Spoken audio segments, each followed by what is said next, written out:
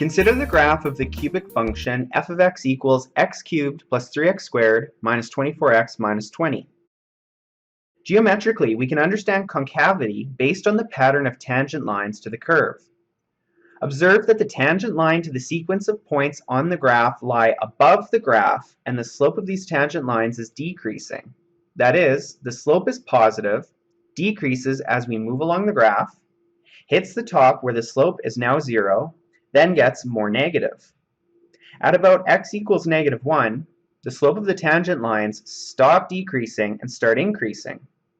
Also, all the tangent lines are now under the curve.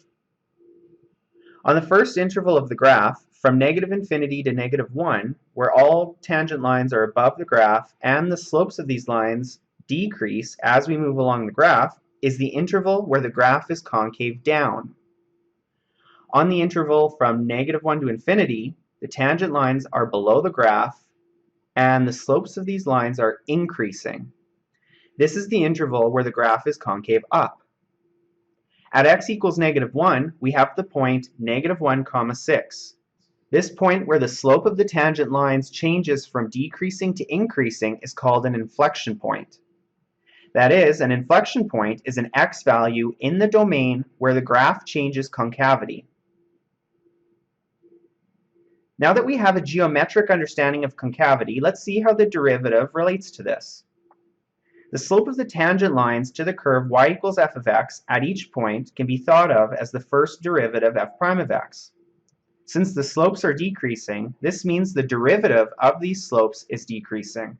That is, the derivative of the derivative is decreasing, meaning that f double prime of x is less than 0. This is happening on the interval where the graph is concave down. Similarly, on the interval where the graph is concave up, the slopes of the tangent lines are increasing, meaning f double prime of x is bigger than 0 on this interval. Then where the graph changes concavity, the inflection point, is where f double prime of x equals 0, since this is where the slopes of the tangent lines are not decreasing or increasing.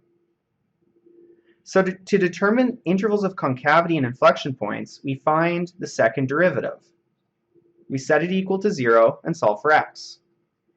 Then we look at the sign of the second derivative, making a sign chart. Using the test values, we see that the first interval is concave down, and the second interval is concave up. X equals -1 is the x-coordinate of the inflection point. The last concept we'll look at is how the second derivative can be used to classify critical points as relative minima or relative maxima. Going back to the graph of the cubic function, recall that the critical points are at x equals -4 and x equals 2, since this is where f prime of x equals 0. Then plugging first x equals -4 into f double prime of x, we get a negative answer, which means that x equals -4 lies in the interval where the graph is concave down, and so it must be a relative max. The other critical point, x equals 2, has a positive value, and so x equals 2 is on the interval where the graph is concave up, and thus it would be a relative minimum. In general, if x equals c is a critical point of f of x, then the second derivative test says that if f double prime of c is negative, then c is a relative max. If f double prime of c is positive, then x equals c is a relative minimum. And if f double prime of c equals 0, then the test fails to conclude anything, and so we'd have to apply the first derivative test instead.